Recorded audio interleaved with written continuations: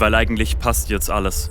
Weil das jetzt hier gerade zählt. Jedes neue Wort auf der Goldwaage, kein Raum für Eventualitäten oder Verzetteln in breitem Geflecht aus den Worten der Köpfe der Menschen und noch mehr Gedanken. Doch Platz ist hier keiner, weil eigentlich passt jetzt alles.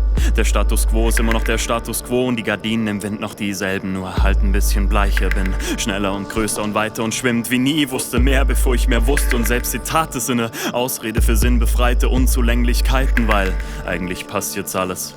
Weil ich Menschen anketten möchte, damit sie nach dem letzten Bier nicht aufspringen und zurück in ihren Alltag gehen. Aber Münzen haben immer zwei Seiten und die Rückseite ist in der Regel wie die andere. Wie der Wunsch, dass das letzte Bier im Kellergewölbe der Jugendkneipe einfach keinen Boden mehr hat. Die Lüftungsanlage den kalten Zigarettenrauch brav weiter auf die Straße mit den Kopfsteinpflastern lenkt und die Neonreklamen nicht blind machen, weil ich derjenige bin, der nach dem vorletzten Bier aufspringt, weil eigentlich passt jetzt alles.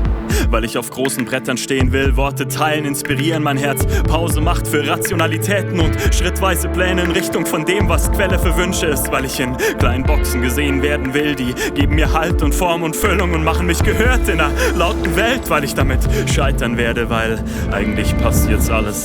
Weil Jahre später der gleiche Wunsch in Gedanken brennt und die mit Blei gefüllt auf den Boden sinken, alles wackelt und inmitten der Beben die Sicht auf all die Projektionen, die genauso nichtig waren wie heute. Nur, dass ich das heute nicht mehr so sehe und der Zeige die Richtung wechselt, weil wir sind auch nur die Summe der Dinge, die uns jeden Tag ohne Sinn und Verstand hier gelingen und Lobeslied singen ist auch nur ein Zeichen von Unsicherheit, weil eigentlich passt jetzt alles.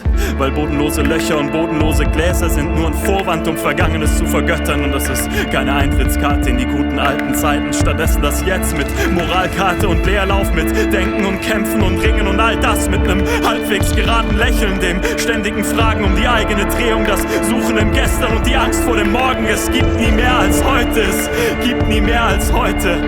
Eigentlich passt jetzt alles.